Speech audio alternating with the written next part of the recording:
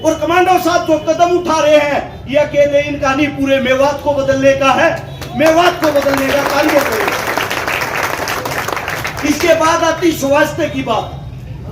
जब मेव का जिक्र होता है, दूसरी बात आती वहां के इंसान में तो 40-40 किलो वजन नशे ने तोड़ रखे हैं। इस कहावत को बदलो। नशा एक ऐसी चीज है जो आपके शरीर को खाता है। नशा एक ऐसी चीज है जो अपने घर परिवार को खा जाता है। और नशा एक ऐसी चीज है जो आपकी इज्जत को खा जाता है। इज्जत से बड़ा कुछ भी नहीं होता। कितना बड़ा धन्ना सेठ हो, अगर शराब पी के हमारे से बात करेगा, उसी के 4 आदमी कहेंगे बेटा के चल, इसने तो पी रखी है तो शराबी है। ये कीमत होती है नशे की। हो सकता है आप लोग आदी हो चुके हो और आज मैं बुरा लगता हूं, लेकिन इसकी वास्तविकता यही है। नशा करने वाला अपने माँ बाप की भी इज्जत मिट्टी में मिला देता है। इससे अगली बात है रोजगार की।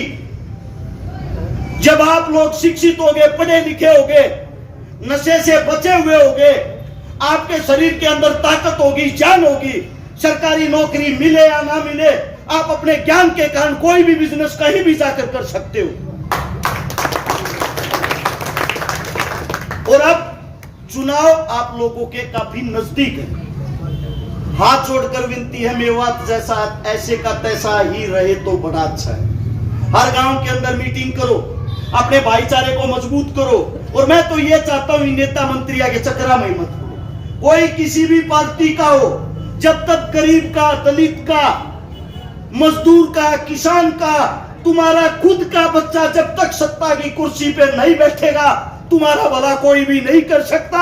अगर कोई तुम्हारा भला कर दे, मैं ये कहता हूं भारत शिकारत चौक पर खड़ा होकर अपनी गर्दन कटवा लेगा। 3 चीजों का संवाद बताया अपने बुजुर्गों ने, राज का, खाज का और ब्याज का। जब अगर मैं राजा बन गया, मैं ये चाहूंगा मेरा बेटा भी राजा बने। मेरा बेटा राजा बन गया, मैं चाहूंगा उसका बेटा भी राजा बने। ये होता है राज का सवाल। अगर किसी को खाज हो जाए, खुजली, खुजाते रहोगे, खून निकल आएंगे, फिर भी खुजाओगे, क्योंकि खुजाने वाले को मजा आएगा। तीसरा मजा है ब्याज का। जो ब्याज पे पैसे देने लग जाएगा, जिसने 5 लाख रुपए दे दिए, महीने में उसका 20,000 ब्याज आता है, घर पड़े पड़े उसको मुफ्त में पैसा मिल रहा है, उससे अच्छा मजा किसी भी चीज का नहीं होता। मेरा मानना यह है, राज का, खाज का और ब्याज का ये जो मजा है, क्या ये राजा ही लेंगे? हमारा कर्म खाली प्रजा बनना ही है। मैं आप सभी से इतना कहना चाहूंगा, अपनी ताकत बढ़ाओ। अपने गांव के अंदर, अपने शहर के अंदर, अपने जिले के अंदर ताकत रखो। जब तक तुम्हारी मुट्ठी एक नहीं होगी, इस अकेली उंगली को कोई नहीं पूछेगा। अपनी मुट्ठी बनाओ मजबूत और अपने खुद के बच्चों को मैदान में उतारो, वो भी एक होकर। अगर अपने बच्चे के बराबर में सरकार ने दिमाग लगा के दूसरा बच्चा उतार दिया, आपके बच्चे को आपके बच्चे से लड़वा देंगे और फिर जीतेंगे वही हत्यारे। मैं फिर कहता हूं, कभी कोई ये उम्मीद करता हो कि सरकार जो है वो निकम्मी है या सरकार जो नहीं आएगी वो अच्छी है, मैं आपको आपका बच्चा होने के कारण वो वास्तविकता बताता हूं। जब तक तुम्हारे अंदर कार्य करवाने का दम नहीं होगा, जब तक कोई भी सरकार आए, कोई भी सरकार जाए, आपके हालात वही रहेंगे जो आज हैं।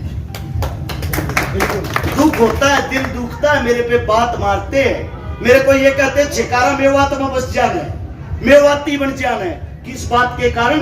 क्योंकि मैं सच को सच कह देता हूं। कुछ लोगों को ये वहम भी था, ये भ्रम भी था कि अरस शिकारा तो राजनीति में आने के लिए, मेवात से चुनाव लड़ने के मारे ये सब कर रहा होगा। और मैंने चुनाव की घोषणा भी की है। चुनाव कहां से? गोवाना से। ना तो मेरा एरिया मुस्लिम है और ना वहां से कोई मुस्लिम वोट है। कृपया करके इनकी बातों में ना आकर अपने बच्चों को संभाले, अपने परिवार को संभाले, अपनों के अंदर एकता रखे, मजबूत रखे। ये कहते हैं जो बुजुर्ग है, जिनके सिर पर ये पगड़ी है, जिनके सिर पर ये टोपी है, ये पढ़े ओढ़ वे सगना हो, ये कड़े ओढ़ हैं। इनसे ज्यादा ज्ञान किसी को नहीं। इनका हमने जब से सम्मान करना छोड़ा है, हमारा सम्मान कहीं बैठने लायक ही नहीं रहा। इन बुजुर्गों से, इनके बीच में बैठकर इस फोन ने 1-2 घंटा छोड़कर इनकी बातें जरूर सुनी। इनके अंदर वो ज्ञान है जो किताबों के अंदर भी नहीं छपा हुआ। और कमांडो साहब, मैं आपको बधाई देता हूं, आपकी टीम को बधाई देता हूं। शायद मैं बधाई देने के लायक भी नहीं हूं, क्योंकि मैं तो आपका बच्चा हूं, आपका स्वयं का बच्चा हूं। आप एक मेवात के अंदर बरगद के पेड़ हो जो धीरे धीरे अपनी टहनियां बढ़ाते हुए जा रहे हो।